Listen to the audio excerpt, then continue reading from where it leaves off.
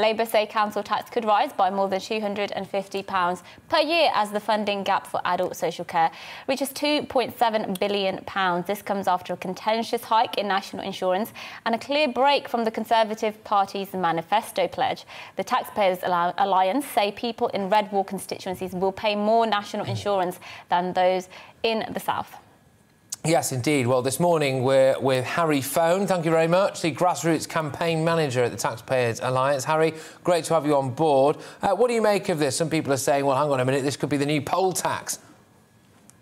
Yeah, very much so. I mean, the thing about the national insurance rise is, they've painted it as a 1.25% increase. But if you're someone on sort of £20,000 a year, you're already paying about £1,200 in national insurance, and your bill's actually going to go up by £130. So that's actually a 10% increase. And actually, now what we're hearing, there have been some suggestions today in the press that council tax, which is is considered by people, the most unfair tax, save for the license fee, the BBC license fee, that council tax could go up by 5 or 6%.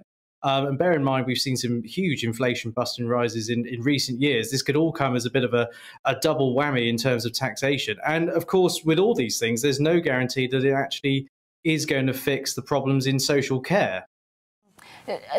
We mentioned council tax rising there as well, and that will definitely hit people. We know that over COVID, so many people have fallen behind their council tax because of, especially the most disadvantaged. Are we just facing a future where the least disadvantaged are worse hit increasingly, and then the government just taxes its way out of everything, a Conservative government?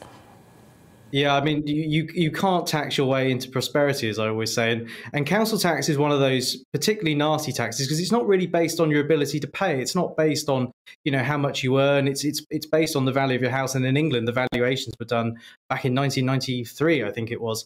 I mean, the average Band D council tax bill in England is now nearly £1,900. I mean, if you just go back to about 2001, 2002, it was only about £901. So in cash terms, that's an 111% increase in council tax. We've got a situation where a third of councils are charging more than £2,000 for a Band D bill, about 104 to be precise. Now, if we did see another increase in council tax, around 4, 5, even 6%, well, that's soon going to skyrocket to about 2/3 of English councils. And we're not that far away. Nottingham City has the highest council tax bill for a Band D in the country at the moment, £2,226.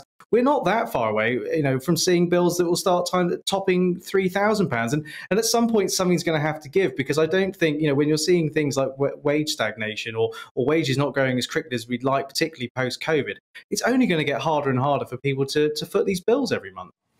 Yeah, and at what point do you think the public might say, actually, I've had enough of this?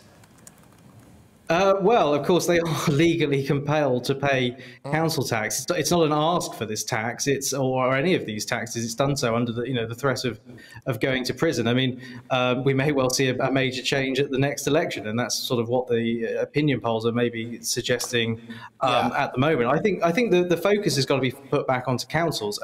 One of the things that the government could do, if it wanted to try and limit these rises, is they set the amount that councils can raise council tax by every year. So they have an opportunity here to limit that rise. And if councils did want to exceed that amount, they'd have to put it to a referendum to the public in each authority. And I'd be very interested to see what the public would vote for. I suspect, and I also hope, that they would vote against rises larger than what was set out. But are there issues of severe waste? Because, look, if this money is needed and it's necessary to keep councils ticking over and keep public services ticking over, then I think people can swallow that. But actually, if this money is being wasted on high chief exec salaries or running a competition to see whether or not you call your next gritting machine Gritty Gritty Bang Bang, which is actually one that's actually been doing the rounds, or Nick Gritshaw, for example, then actually people are going to look at it and go, what on earth am I paying for?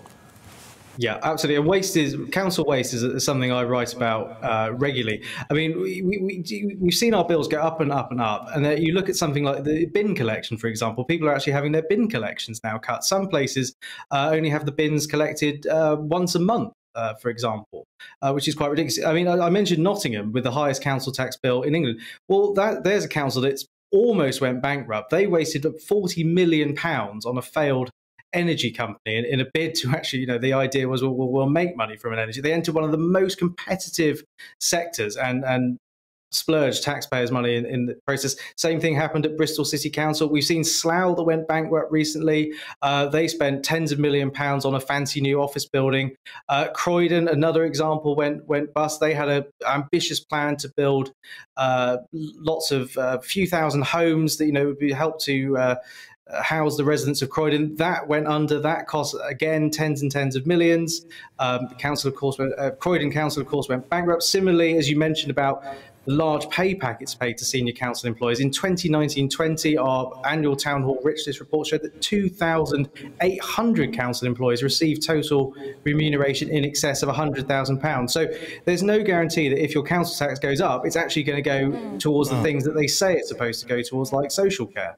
Yeah, well, Harry Phone, Grassroots Campaign Manager at Taxpayers Alliance, thank you for chatting to us.